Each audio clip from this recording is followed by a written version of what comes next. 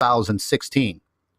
I thought I'd do an update and check in to see what's happening as far as our coronal holes on the sun and a quick update on earthquake activity across the globe. Now, looking at the SDO footage, and what you're seeing on your screen now is a 48-hour clip of our sun. Now, as I spoke about several days ago, as we were waiting for the larger coronal hole to pass by, I noticed this triangular shaped coronal hole opening up on the side of the sun. Well, now it is turning towards the Earth, and probably within the next few days, we will be pretty close to direct alignment with it. As I was viewing this footage, I started to see in the lower left-hand corner of your screen and the sun what looks to be another coronal hole opening up in the sun. And as I was looking at this over and over and over again, it seems that as the sun is turning, that coronal hole is getting larger. And there's been a lot of dispute about coronal holes and their effects on the Earth and related to earthquakes. Well, listen, I have shown this particular article that talks about coronal holes and earthquakes. And there is plenty of information, hardcore information, dealing with the effects of coronal holes on the Earth. And the problem is this type of evidence, although it's very damning in favor of the dispute between coronal holes and earthquake activity, if you take a look at history with coronal holes facing the Earth and the magnitude and destruction of these earthquakes, it's kind of sad. Because literally, September 16th, 2015, very large coronal hole. As you can see, I'm circling it right here. 8.3 in Chile. I remember that earthquake. A lot of destruction. April 25th, 2015, Nepal, magnitude 7.8. Now, folks, look, take a look at the coronal hole. It's very similar in size to what we are looking at on the SDO footage, which is actually coming our way.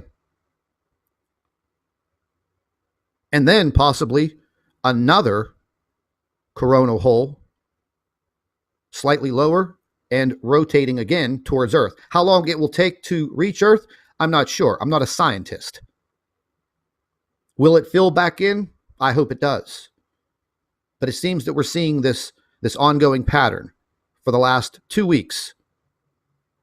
So is something else affecting our sun? Once again, I don't hold those answers. The powers that be, the boys in blue, NASA, they hold this information and they fail to release it to the world.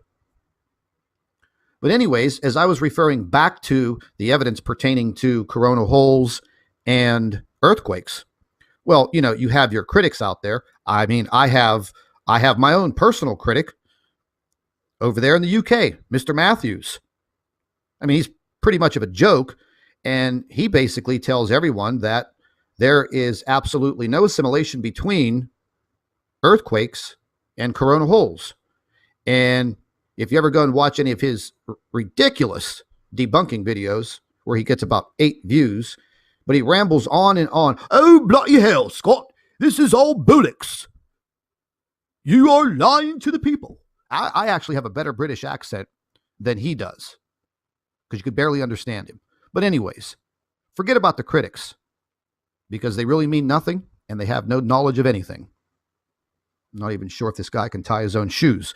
But anyways, as you can clearly see, moving into May 24th, 2013, 8.3 in Russia. And the list goes on and on and on. So we have clear evidence, documented evidence, scientific evidence, clearly showing us that these coronal holes can and will create earthquakes. Now, the question I have is, do we have other factors within our solar system that are kind of sneaking up on us. There's been a lot of talk of the helium gas, the H4, the cosmic wave. I even did a video on it because, when that information came out, it came from credible sources, but immediately, I found out and dispelled it as some kind of disinformation leading us in another direction very, very quickly. And then, as you can see, other stories have come out, other scientific evidence has come out. And I'm just tired of all of us staying in the dark. That's the reason I do what I do. I'm looking for the truth. Why should we be set up each and every time we have an event and they're going to cover it up? But anyways, as you can clearly see, we're not out of the woods. So I looked up some earthquake data for this morning. I've already been up 8 hours working away. And what I uncover is over 60 earthquakes have occurred since the start of December 29th, 2016, midnight UTC time. Here's the list. I'll leave you a link. And there have been some pretty sizable earthquakes. All testimonials. You can go through each and every one of these. And the majority of them have testimonials from people that have just went through this earthquake. Click on the link in blue over here. It will give you all of the information. But the list just goes on and on and on. And this first whole page is all the beginning of December 29th, 2016. But the critics will tell you, oh, that's bloody normal. That's bloody normal. Well, no, I don't think that's bloody normal. I actually think that's quite abnormal. And I think the way that these people think is abnormal. And why would you tell someone that is looking for information to protect themselves because maybe they live in an earthquake zone, a coastal area that could be subjected to tsunamis? What are you, half crocked in your mind that you want to deceive people? So folks, what I'm trying to say is I provide you with the links for the information for you to do your own homework. And I know the subscribers to this channel, I know they do their homework. I get your emails. I don't have time to respond to each and every one of them, but I do read them. And I'm dealing with intelligent people. Not some dummy sitting in his mom's basement over in the UK, muddling in his own crap, playing with a government computer that was issued to him. But anyways, once again, you can see all of the information for the first several hours of December 29th, 2016, over 60 earthquakes. And they had a pretty good size earthquake in New Zealand. Actually, right between both of the islands, almost dead center. And actually, let's just take a look at that. The coordinates for the epicenter, I have punched into Google Earth. Let's go down there to New Zealand and see our Kiwi friends and see what they're going through. Okay, it's going to take you right smack dab into the middle of the water. We're going to pan all the way back out, and you are going to see the epicenter of one of three earthquakes. Two were probably aftershocks. Magnitude 5.3, 5.2. And it seems that the USGS, they don't actually report the actual detection magnitude of that earthquake. It seems that they wait for the first aftershock, which is slightly smaller, and then they report that. I have been catching them doing that for weeks now. I haven't said anything about it, but I've been paying very close detail, and that's what they're doing. And that's if they report the earthquake at all. But as you can clearly see, this earthquake went off right between the islands. Now, I was reviewing some of the testimonials for this earthquake. There was a few of them.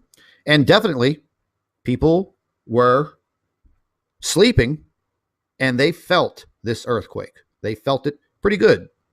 And we all know that New Zealand is in a earthquake prone area. I mean, I've heard that excuse Oh Lord, over the past several weeks, I've heard it 1,000 times. And yes, we know that New Zealand is in a fragile zone. But that you people that say that, what are you going to say to the people in New Zealand when they get rocked with a magnitude 9 and people lose their lives and they go through even more destruction than they went through previously with the 7.8 that hit there? So you people that say that there's nothing wrong, well, when people die, you go to the funeral homes of their relatives and you tell them, "Oh, this was just nothing. This is just a natural occurrence." Well, I'd have to beg to differ with you, because it seems to be that that is just the big common excuse now. This is all just a common occurrence. Well, how much more of that crap are we going to buy? Can you think of another excuse other than this being a common occurrence? I'm sure all the boys in blue over there at NASA, I'm sure they're all running around with their little pencils stuck behind their ear and their little pen pack stuck in their front pocket of their shirt, wondering what in the hell are we going to do with all of these brains and all of this technology. Well, how about warning people? How about coming out and telling the world that these things are occurring? Do you think maybe it would be that much for you to put an earthquake warning out compared to what you're seeing on your own damn satellites in space? I mean, do you really need people on YouTube? And I'll tell you, there are some smart people on YouTube. So do we need YouTube to tell the world that this is what's happening? I think more people are tuning in to YouTube than they are the news. Your regular, what is that thing called? Mainstream media. They're a mainstream joke. You never get a straight answer. So anyways, there have been quite a few earthquakes. Over 60. I could update this right now, and there have been a slew of earthquakes. One area that I'm worried about, and like I've been saying, is the west coast of South America. They've already been hit several times. It's going to keep occurring. And Chile's taking a pounding. And things have actually heated up on the west coast of the United States, in California and Nevada. And once again, you can see quite a big swarm of activity going on right here in Alaska. And there are so many earthquakes that are unreported. And I'll tell you what, we could just go real quick and take a look at earthquakes around the world. This is just the past 24 hours. These earthquakes are so clustered together, they're literally on top of each other. They just look like single red dots. Look at the perfect line of earthquakes along Chile. A 4.3, a 4.2, a 4.6. And if you don't know anything about, geology, well, they're right along a plate line. It's running all the way up, and they're having the same issues in Mexico. But nobody is reporting the issues in Mexico. The European agency does. The USGS, they don't report it. They just don't.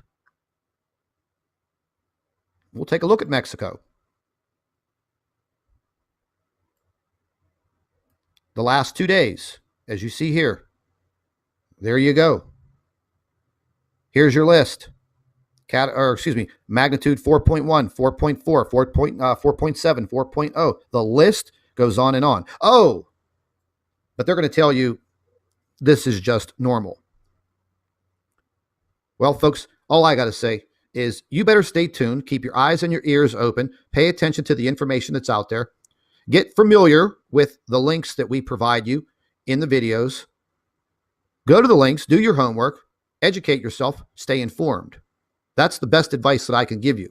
Don't listen to the naysayers that give you very dumb excuses in the comment sections of these videos. Don't listen to a word they say, because they're there for a reason. They're there to place doubt in your mind, to dumb you down. So if you like to be called a dummy, just listen to what they have to say. I'll have an additional update for you in a few hours. So please, by all means, stay tuned. Hello, everybody. Welcome back to the Nibiru channel. It is December 29th, 2016. I thought I'd do an update and check in to see what's happening as far as our coronal holes on the sun and a quick update on earthquake activity across the globe. Now, looking at the SDO footage, and what you're seeing on your screen now is a 48-hour clip of our sun. Now, as I spoke about several days ago, as we were waiting for the larger coronal hole to pass by, I noticed this triangular-shaped coronal hole opening up on the side of the sun. Well, now it is turning towards the Earth, and probably within the next few days, we will be pretty close to direct alignment with it. As I was viewing this footage, I started to see in the lower left-hand corner of your screen and the sun what looks to be another coronal hole opening up in the sun. And as I was looking at this over and over and over again, it seems that as the sun is turning, that coronal hole is getting larger. And there's been a lot of dispute about coronal holes and their effects on the Earth and related to earthquakes. Well, listen, I have shown this particular article that talks about coronal holes and earthquakes. And there is plenty of information, hardcore information, dealing with the effects of coronal holes on the Earth. And the problem is this type of evidence, although it's very damning in favor of the dispute between coronal holes and earthquake activity, if you take a look at history with coronal holes facing the Earth and the magnitude and destruction of these earthquakes